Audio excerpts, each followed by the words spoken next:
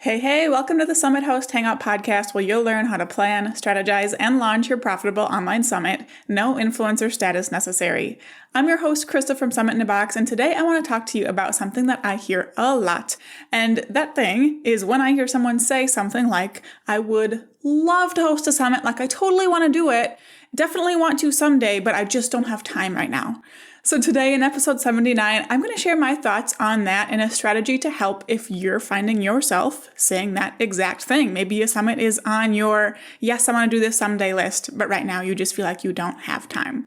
This should hopefully be a shorter episode because I have a simple strategy for you, and it's actually one of the strategies I teach in my free masterclass covering my 3-part framework to triple your monthly revenue with a virtual summit while building your list for free. So we cover the secret to creating a plan you can actually follow to make your summit happen even when your business is too busy, which you're going to get a look at right here, how to host a profitable summit and land expert speakers without a huge audience of your own, and how to use the 3-part profitable summit system to triple your monthly revenue and the size of your email list.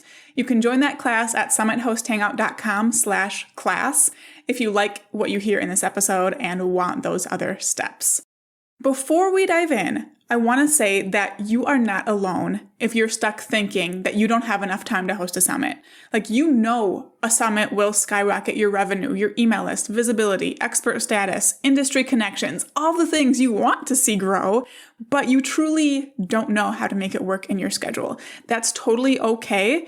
I had the exact same thoughts and hesitations before I hosted my first summit. There were other things that held me back more strongly than this, but I did go through this. So I want you to know before we get too far that you don't need to feel bad if you've been stuck here, because I and hundreds of other summit hosts I've talked to did the same thing. So to get us started, there's something really important that I want you to think about. Right now, you're saying, my schedule is too busy with other things. I don't have time for a summit. Here's the thing with that. We get so stuck in what we're doing that we never take the time to stop and notice what is working. Like, what things that we're doing are actually working for us. And when we don't know what's working, we don't actually know what's worth our time, what's worth it to keep on our to-do list. So I want you to think about this. When was the last time you stopped to notice what was working for you and what wasn't? So instead of a crazy long to-do list that isn't getting you very far, what if the items on your to-do list were actually working towards a summit rather than the same strategies that have left you kind of stuck in place for months? Because if you're anything like me, when you stop to take the time to look at the to-do list and really analyze what everything is doing for you, you're like, oh, I'm not really getting that big of a return for these things that are taking up all my time. And I'm able to show you this visually in the training I mentioned earlier, but I'm going to do my best to help you visualize it right now. So I want you to think about your current to-do list. And I'm guessing it has things on it like podcast interviews, writing a blog post, creating a new opt-in, building a landing page for the opt-in, writing a newsletter, engaging on social media, doing coffee chats. Like, does that sound familiar at all? I want to say that there's nothing wrong with a to-do list that looks like that. Mine looks like that a lot too. But it is a problem if that's the type of to-do list holding you back from hosting a summit. So if it is, we need to make some tweaks. So first, I want you to think about how well these types of things have been working for you.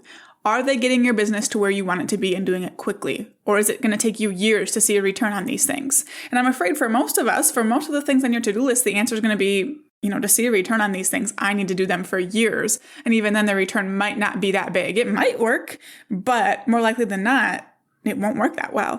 When we look at how much money each of those tasks bring in, we're probably talking about a big fat zero for tasks like doing a podcast interview, writing a blog post, creating an opt-in, engaging on social media, coffee chats. Some of you, like a very select few, might actually get some cash when you promote a new opt-in or write a newsletter, and that is worth celebrating because most of us can't say that. So, we've just gathered, this to-do list isn't making you money, right? None of the things you're doing consistently are bringing in the money you've been looking for, right? And that stinks. But let's look at this another way. Is it at least growing your email list? Again, doing a podcast interview, creating a new opt-in and building the landing page, writing a newsletter, doing coffee chats. Probably not growing your email list much, right? Maybe, again, for a select few, you'll see some growth by publishing a new blog post or promoting the new opt-in.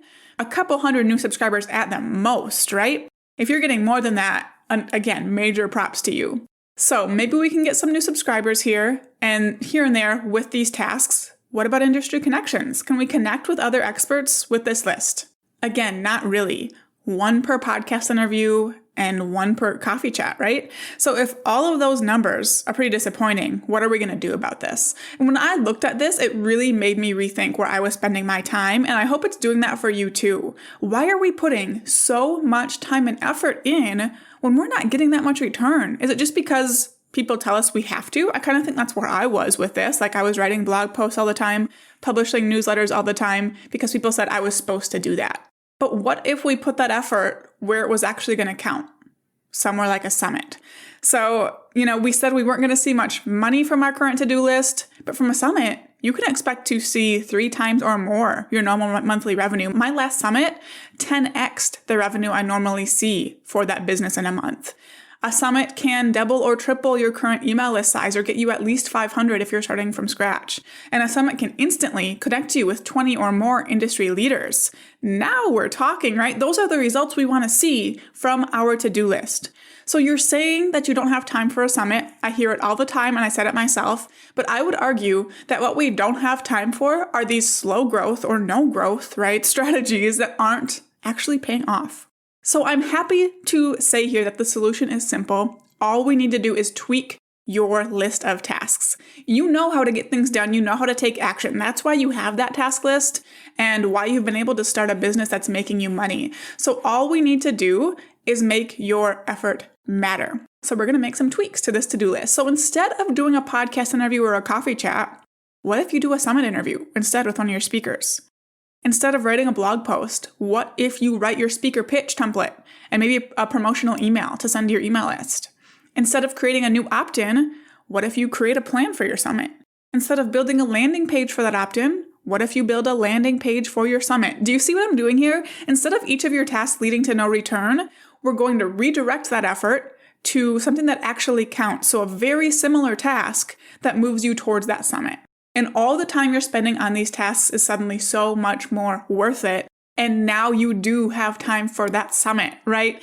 You are not too busy to host a summit. Can you add it to what you're already doing? Probably not. But you can redirect the efforts that aren't paying off to similar tasks that are worth so much more to you and your business and your audience, to be honest. These are tasks that will lead you to that profitable summit without just running yourself ragged in the process.